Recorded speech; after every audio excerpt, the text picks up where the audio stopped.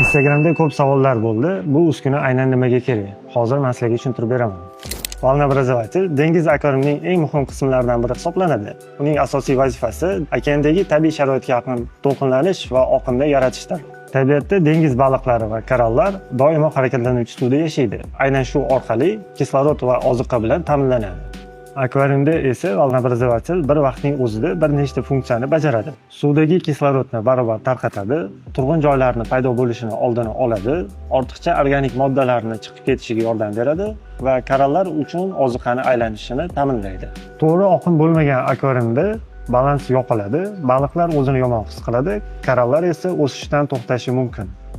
Shuning uchun volnoobразовательni to'g'ri tanlash va o'rnatish talab etiladi. Agar sizga premium dengiz akvariumi va akvarium uskunalari kerak bo'lsa, quyidagi raqamlarga telefon qiling yoki bizning showroomimizga tashrif buyuring.